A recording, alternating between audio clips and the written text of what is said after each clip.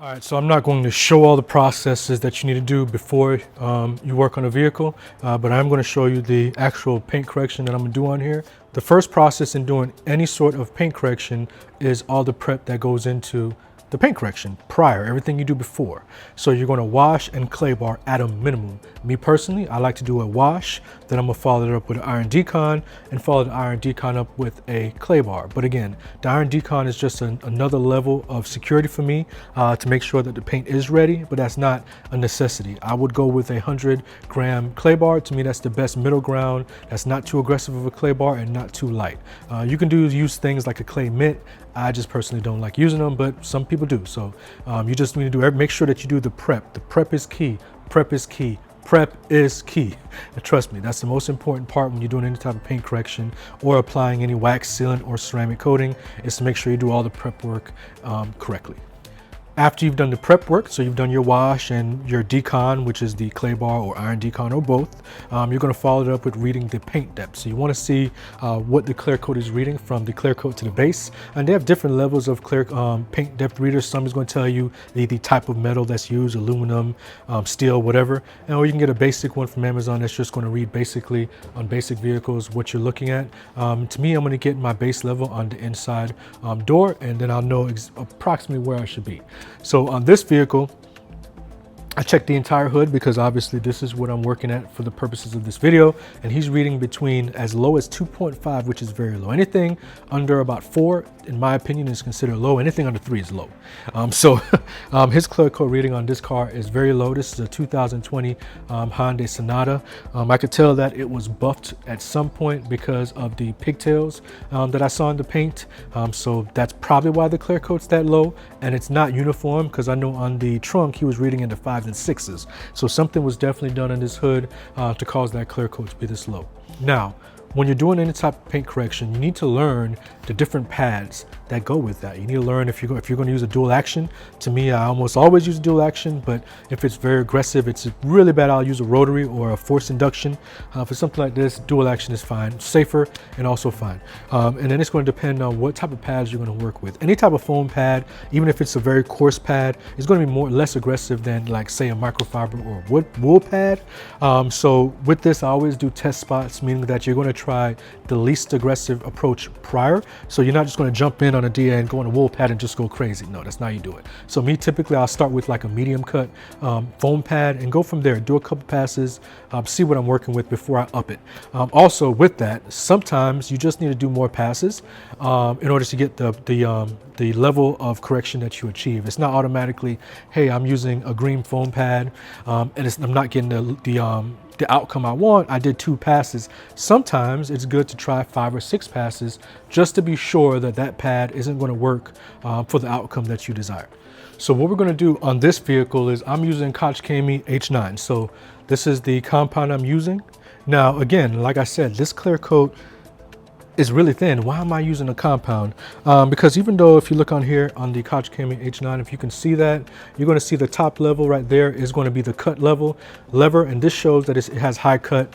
The gloss level is about a 6, but in my experience working with this is a great one step. This cut, it cuts well, it does cut well, but it also leaves the paint finished, meaning that I typically don't even have to follow up with a polish when I'm working with this. But what I'm going to do, again, I did the right side already, so I know what products that is going to work for me.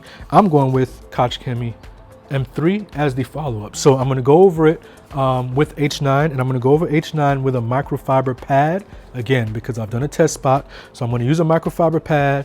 I'm not going to do too many passes, maybe 2 or 3. And then I'm going to follow it up with the M3 polish, just to jewel it a little bit, bring out that extra gloss and pop. And with the polish, I may do 1 or 2 passes because, again, the H9 finishes down good. And then when I go with the M3, I'm going to finish with a medium cut pad. I'm not a real big fan of a medium cut foam pad, excuse me. Not too big of a fan with the thin, the really spongy ones. Save that for applying wax. And I don't like the too coarse foam pads. I'd rather just go with a microfiber wool pad if that's what I was doing. So anyway, let's get this started. All right, so the first thing I'm gonna do is prime the pad. So normally you're going to use several pads. If I'm doing the whole vehicle, I typically use one pad for each portion, meaning one for the hood. Sometimes I can get away with doing both fenders with another pad, one pad on each side of the doors and then one pad in the rear. So typically about 6 pads, give or take. So when I prime it, it's just 4 little dots. Normally I'll do one more here and one in the middle, but this pad is already a little primed because I use this on the other side. You also want to make sure that you're cleaning the pads as you go. So I'm going to work in with that amount. I'm going to go and work in about an area this large, and I'm going to start high. So when I spread, I always start high. I'm going to start on 6 to spread it very quickly. Then I typically will go to about 3,500 RPM.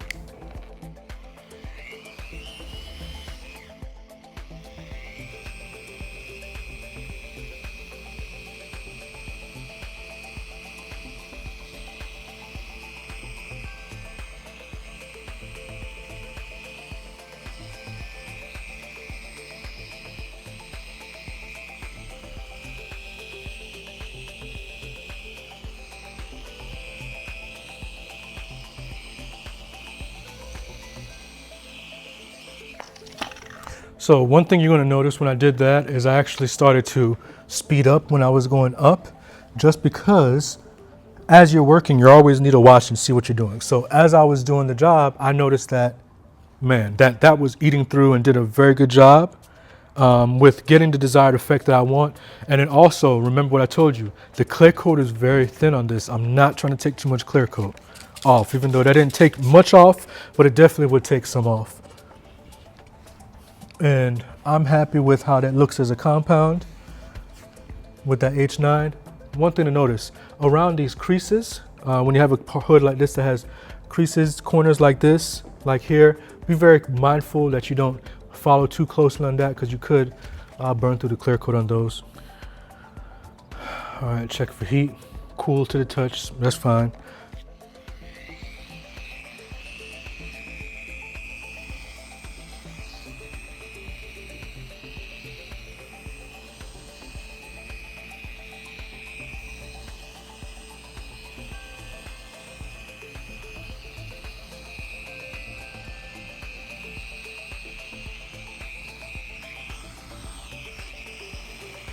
Easier.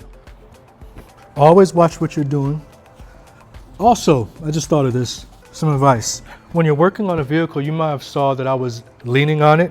Make sure that you wear like soft pants. Don't wear anything with a belt, anything hard that you may go here and all of a sudden, oh, you're scratching the paint. So be very mindful. I know how to work. So obviously these are kind of a very soft material, no belt or anything. So as I'm leaning against the vehicle, I'm not concerned with scratching it. Okay, so this isn't a necessary, but this is something that I like to do. Let me go ahead and zoom this up to show me.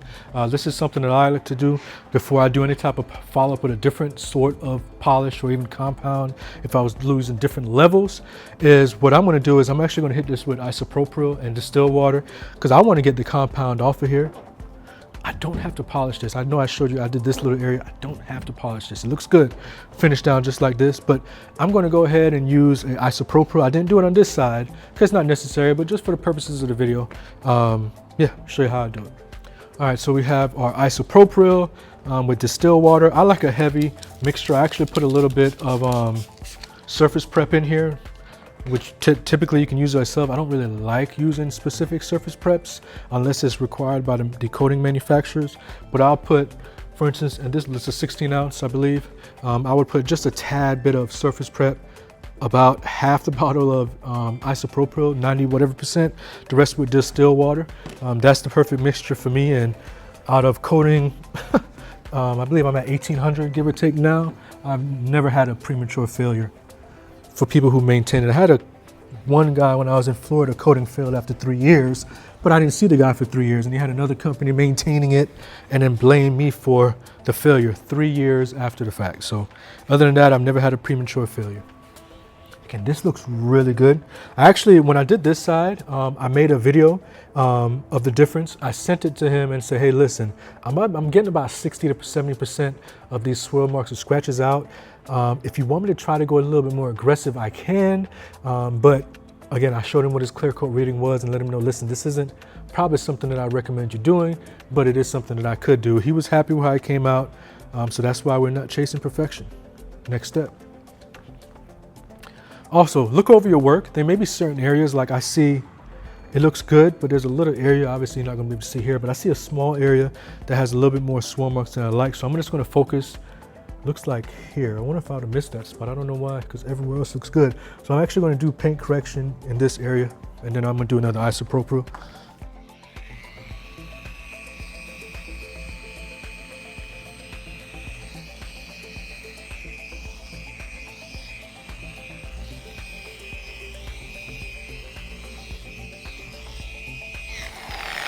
It came out great.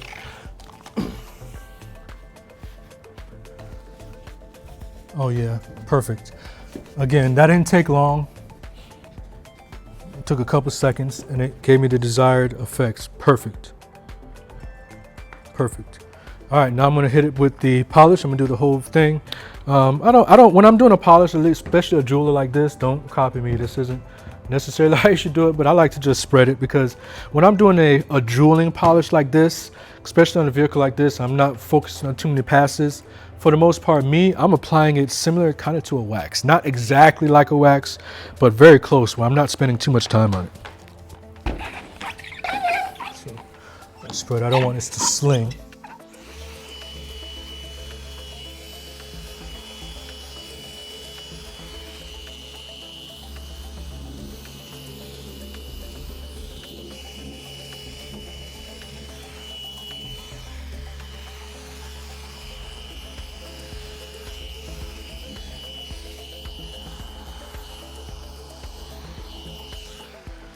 Okay, so let's see. Yeah, noticeable difference. It looks really good. And I get a lot of times folks will say, oh man, this is easy. I could do that myself. Listen, first off, I did all the trial and error on this side. So I know what combination worked for me. And then not all paint is similar. This process, 9 times out of 10, let me fix this. 9 times out of 10 is not going to work on a BMW, it's not going to work on an Audi, it's not going to work on GM.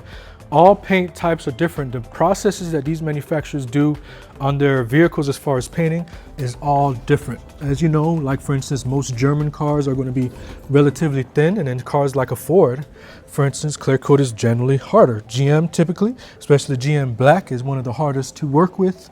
Let me not say hardest, it's not hard for me, but one of the hardest to work with if you're a beginner versus all the other cars.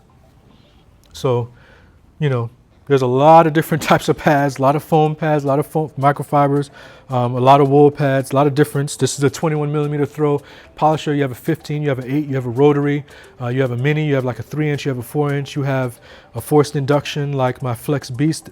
There's a lot of different mixtures that you can do, but this came out really nice. I'm gonna flip this over, do a quick isopropyl on here. I should have did a video before. I didn't even show you guys what it looked like before. But anyways, so we're going to, I'm going to do something. I'll probably put it in the corner right here somewhere. I did a video I sent to clients. So I'm actually going to show you guys what that looked like. Just look up here. Should be playing as we speak, just to look at how bad the paint looked before. And then, now that we got this wiped, we're going to show you what it looks like after. I'll show you guys. Clarity. Again, this is not to do a full paint correction. What does a full paint correction means? A full paint correction is aimed to get basically 100%. Let me wipe here. Okay. Is aimed to get 100% clarity, all the scratches out. That's not what this client paid for. Really, they just paid for an enhancement. So I did, whatever, right? But this looks great. This looks good. Something I notice a lot of detailers do is chasing perfection. I'm a perfectionist. That's why I'm a detailer. That's why I do what I do. But it's very important for you to do what you were paid for, right? If someone pays you to do tile work and they say, hey, just do my 2 bedrooms, don't do the bathroom. You do the bedrooms, you're like, man, the bathroom doesn't look that good. Let me do the bathroom for free. It's not how it works. So you give your clients the option. For instance, all my coatings include a 1-step paint correction, right? If you want to go further than that, I give them the option to do so, but obviously they have to pay for that, right? So, because that's going to take additional hours. That I did at, I don't know if I'm going to speed up the motion of it. I'll probably just do it because it didn't, instead of speeding up when I was doing the polishing, I'll probably just leave it at what the normal speed. I only did 2 or 3 passes, I think maybe even 4. That's nothing. That's nothing. You can go a lot more aggressive, but you have to learn the different types of paint. You have to learn how to read clear coat and make sure that you don't damage anything.